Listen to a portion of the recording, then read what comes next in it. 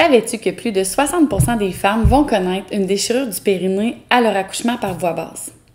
C'est donc normal et c'est un phénomène aussi très répandu, mais auquel il faut quand même prévoir les soins en postpartum. Une bonne façon de soulager l'inconfort et aussi de faire diminuer l'enflure au niveau du périnée, c'est de se préparer à l'avance une bonne quantité de serviettes hygiéniques glacées qu'on va plutôt appeler Padsicle.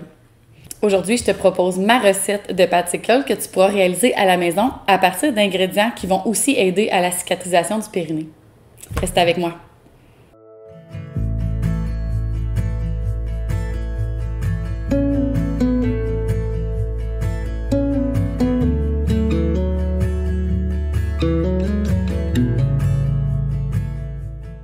Alors, voici ce que ça te prend pour réaliser la recette de Padsicle.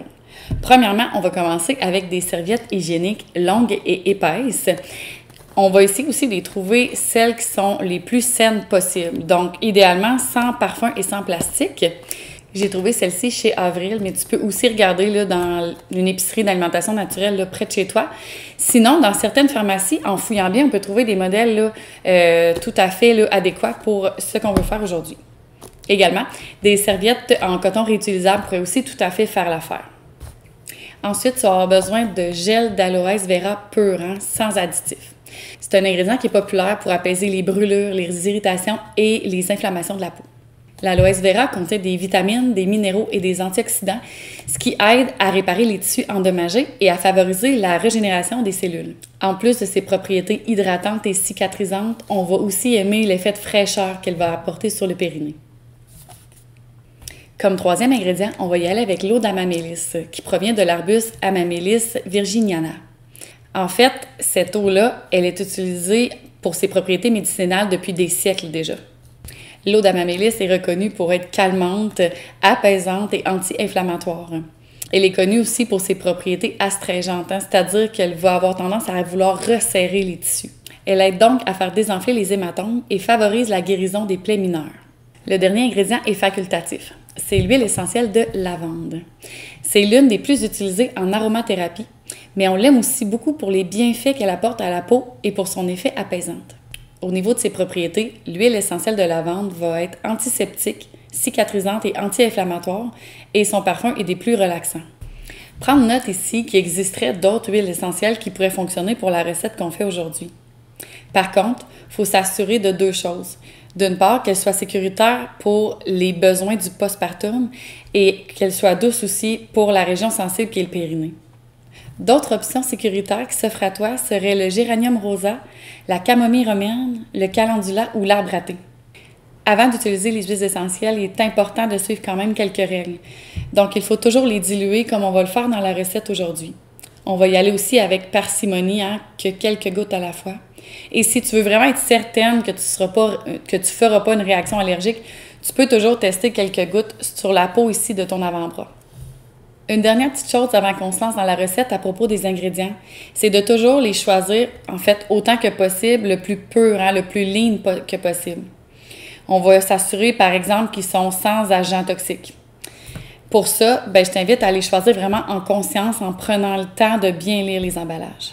En plus des 4 produits que je t'ai présentés, tu vas avoir besoin aussi de matériel. Donc, un bol, une cuillère à soupe, une cuillère pour mélanger, du papier parchemin que j'ai préalablement coupé en petites bandes et un sac de congélation. Pour faire la recette, on va commencer par prendre une serviette hygiénique, l'ouvrir doucement. On va la déplier et on va faire attention de conserver la bande protectrice là, collante à l'arrière. On peut la laisser sur son emballage là, pour éviter de ne pas briser le derrière de la serviette. Et nous, ce qu'on veut, c'est vraiment venir travailler là, sur la zone absorbante. La recette dans cette vidéo va te permettre de faire environ 6 Padsicle. Ensuite, dans notre petit bol, on va venir mélanger 2 cuillères à table de gel d'aloès vera pur.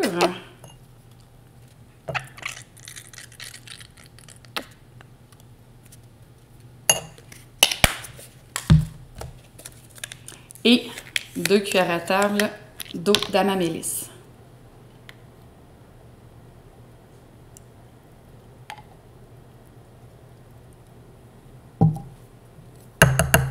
Tu peux ajouter ici 2 à 3 gouttes d'huile essentielle de lavande ou autre, là, selon les options que je t'ai présentées.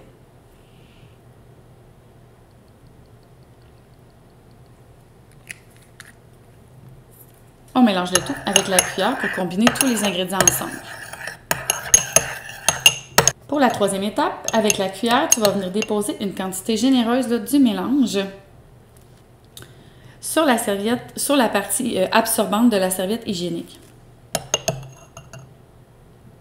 On va prendre soin de bien étaler pour couvrir là, toute la longueur. Tu peux aussi utiliser un pinceau propre si tu juges que ça te faciliterait les choses. On va faire ça pour les 5 autres serviettes.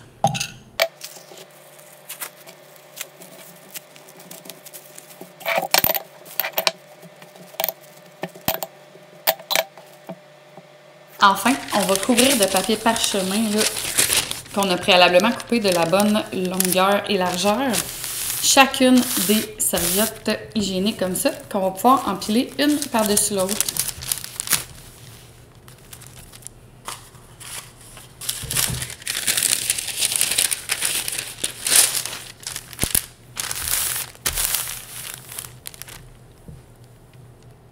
En mettant un papier parchemin comme ça entre chaque, ça va éviter qu'elle se colle à la congélation.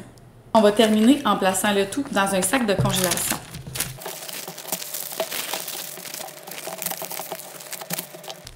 On enlève l'air avant de bien refermer et on va placer notre sac au congélateur pour au moins 2 à 3 heures si tu ne les as pas faites à l'avance. Pour ce qui est de l'utilisation maintenant, bien en début de postpartum, tu as simplement besoin de décongeler une serviette à la fois. Tu peux la laisser reposer là, sur le comptoir quelques minutes, le temps qu'elle dégèle un petit peu. Puis, tout simplement, l'insérer normalement là, dans ton sous-vêtement. Ça va t'apporter une sensation de fraîcheur immédiate, en plus de t'aider, de soulager en fait l'inflammation et les douleurs postpartum. Quand tu ne sentiras plus l'effet de fraîcheur sur ta peau, tu as simplement à jeter la serviette et à recommencer au besoin. Évidemment, on va cesser l'utilisation des Paticles si on voit l'apparition, par exemple, de rougeur ou d'irritation de la peau ou tout autre effet indésirable. Puis, on va aller consulter un professionnel de la santé si ces symptômes-là vont persister. En terminant, je voulais te dire que le fait de préparer comme ça les Paticles à la maison, c'est un autre petit geste que tu poses en conscience du futur qui s'en vient pour toi. Autrement dit, c'est quelque chose qui va te permettre de concrétiser, d'attraper un petit peu cette réalité-là qui s'en vient. Merci beaucoup d'avoir écouté cette vidéo plus tutoriel pour créer tes propres Paticles. Si jamais tu as envie d'avoir la recette en version imprimable, je t'invite à aller dans le lien en description. Autrement, si tu veux plus de conseils sur l'enfantement et le postpartum, abonne-toi à ma chaîne et consulte mes autres vidéos. À bientôt!